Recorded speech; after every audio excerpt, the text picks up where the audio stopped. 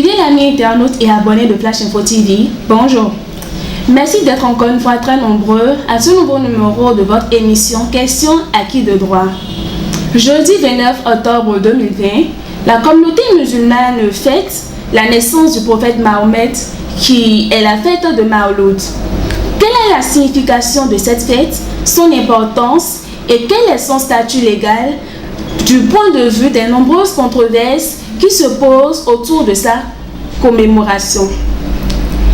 Et à l'instar de la fête de Noël qui célèbre la nativité du Christ, on constate que la célébration de Mawlud n'a pas une date fixe. Est-ce à dire qu'on ne connaît pas la date exacte de la naissance du prophète? Quelles sont les dispositions que le fidèle musulman peut prendre pour célébrer à bien cette fête? La réponse à toutes ces questions avec l'imam Mohamed Awali Akintola, qui est président de l'ONG Ihsan. Imam, bonjour. Bonjour. Que signifie exactement Mawlud qui traduit la naissance du prophète Mahomet?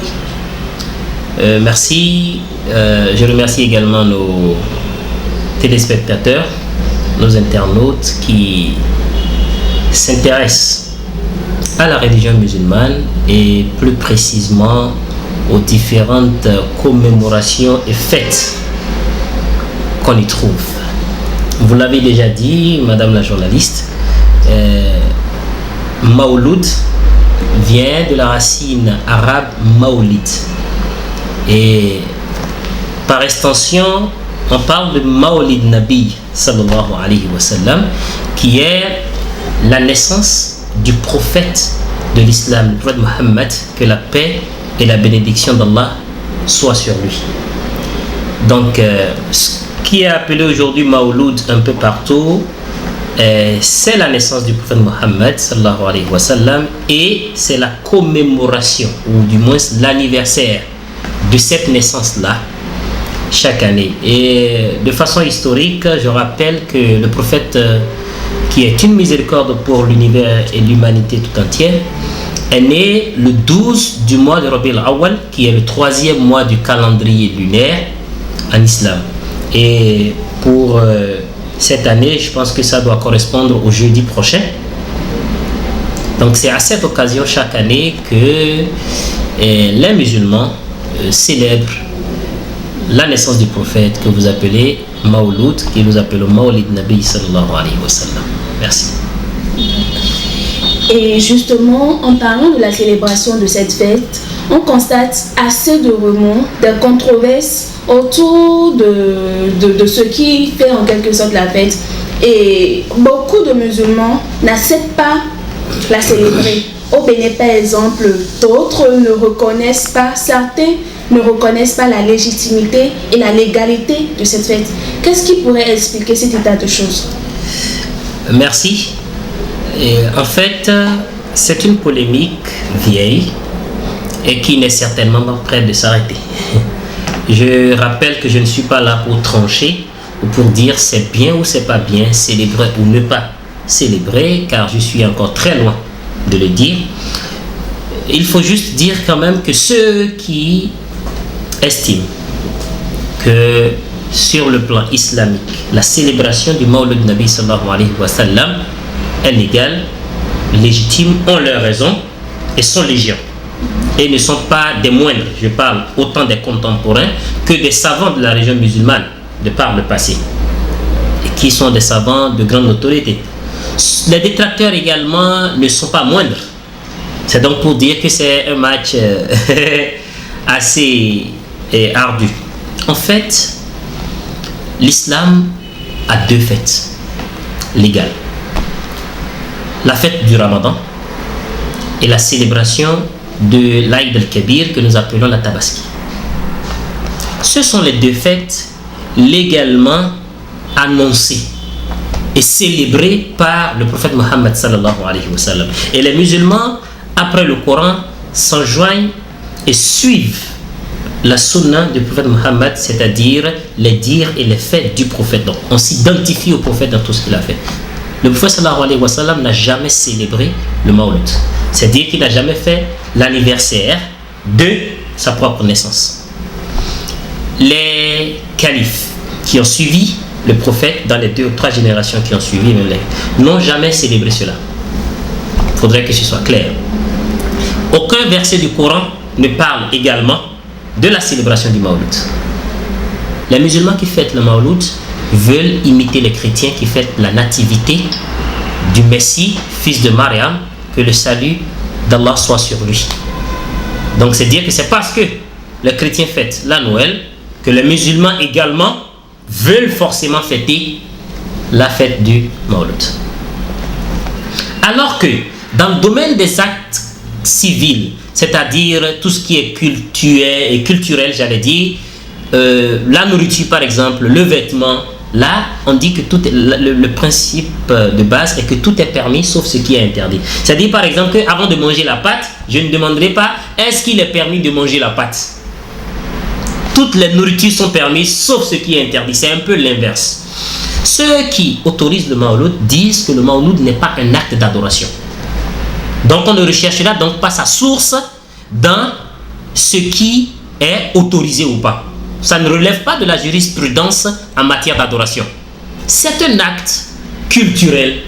Pour eux, c'est une occasion pendant laquelle on se rappelle et on remercie le Seigneur pour avoir donné ce cadeau-là à l'humanité, ce guide-là, le sceau des prophètes que Muhammad sallallahu alayhi wa sallam. Et à l'occasion donc de cette fête, ce qu'ils font, c'est beaucoup plus culturel, c'est chanter les louanges du prophète, c'est écrire des poèmes pour parler de ses attributs, de ses qualités et ainsi de suite.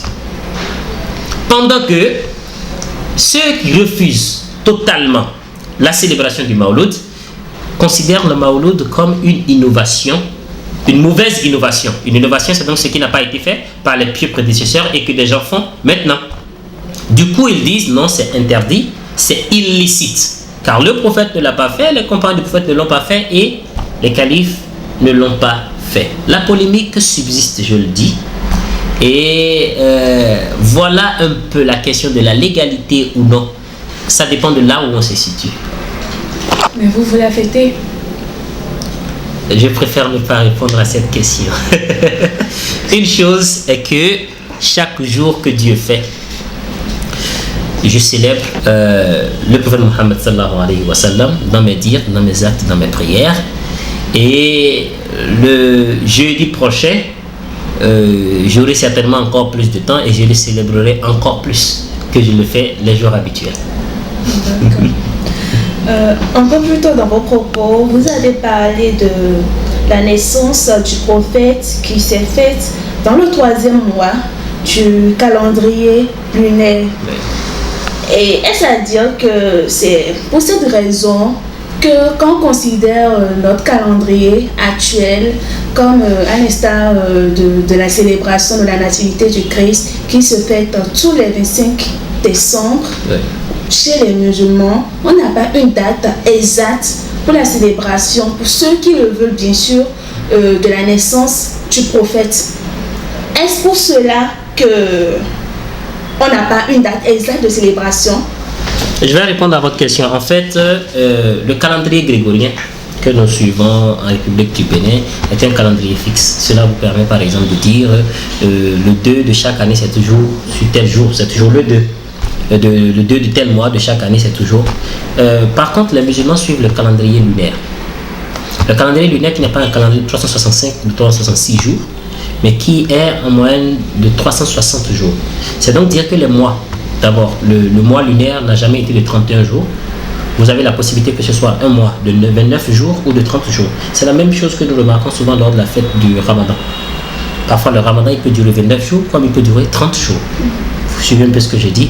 Du coup, il est très difficile de faire une prévision d'avance tant que le mois précédent n'est pas fini, le mois lunaire précédent n'est pas fini, pour qu'on sache concrètement, eh bien, il y a le nouveau croissant lunaire aujourd'hui, donc le nouveau mois, c'est-à-dire le mois de Rabiul Awwal commence aujourd'hui, et donc dans 12 jours, cela correspondrait historiquement à la date à laquelle le prophète Muhammad sallallahu alayhi wa sallam est né. Le fait est que cela ne correspond pas toujours à une date précise selon le calendrier grégorien. C'est pourquoi cette année, c'est peut-être le 29, je ne sais pas, le 29, et puis l'année prochaine, ce sera peut-être le 30 ou le 28. Au-delà de toutes les polémiques, cette polémique-là et ceux qui restent assez pessimistes en ce qui concerne la célébration de cette fête, qu'avez-vous à dire à leur attention? Mon message ne s'adressera pas à des gens qui sont pessimistes ou optimistes ou qui sont pour ou contre de façon spécifique au détriment des autres. Je l'ai dit, je ne suis pas habilité à trancher. C'est un débat qui est plus vieux que moi, c'est un débat qui me dépasse. Ce que je peux quand même dire, c'est que et ça c'est un avis personnel, c'est pas un avis religieux, c'est pas un avis juridique. Je le précise parce que ce sont des questions assez délicates dans notre domaine. Je pense que pour ce qui est, déjà, certes, il faut un retour aux valeurs intrinsèques de la religion, mais j'estime aussi que ce qui est acquis doit être préservé. À travers l'histoire, aujourd'hui, nous avons un jour qui nous a été donné pour la célébration de l'anniversaire de la naissance du prophète Mohammed sallallahu alayhi wa sallam. Je dirais simplement à tous les musulmans, eh bien profitons-en. Mais comment? Nous avons tellement d'impératifs. Si c'est un jour où l'administration publique nous permet, ou l'administration privée également nous permet de rester à la maison, eh bien profitons-en pour nous rapprocher de notre Seigneur. Profitons-en pour accroître notre science de la religion. Profitons-en également pour assainir notre vie. Profitons-en pour enseigner. Profitons-en pour faire des œuvres de bien. C'est ce que je dirais simplement. Et n'oublions pas que vous êtes le président, encore une fois on le dit, que vous êtes le président de l'ONG Ihsan qui, à chaque fête musulmane, ne manque pas de faire des actions en faveur des démunis. Et pour terminer, un dernier message, un dernier mot à nos internautes, musulmans bien sûr. Et non musulmans, pourquoi pas? Je dirais simplement que j'inviterai toutes les différentes factions qui ne s'entendent pas sur la question de la légalité du Mawlid ou pas. Je leur demanderai simplement qu'on se rassemble autour de ce qui nous unit et qu'on s'éloigne de ce qui nous divise, car cela ne fait pas honneur à la religion, cela ne donne pas un coup de pouce. Pour ceux qui célébreront la fête du Mawlid le jeudi prochain, je dis que cette fête soit légale ou pas, qu'elle soit légitime ou pas, le musulman doit pouvoir s'éloigner de beaucoup de choses qui sont haram, de beaucoup de choses qui sont interdites, à nous conformer à ce qu'il a été et à mieux lui ressembler. C'est le conseil que j'ai à donner. Merci. On remercie également. Amis internautes et abonnés de Flash Info TV Africa, nous étions tout à l'heure avec l'imam et président de l'ONG Ihsan, Mohamed Akintola. Merci de nous avoir suivis. On vous retrouve très prochainement dans un nouveau numéro de votre émission Questions acquis de droit.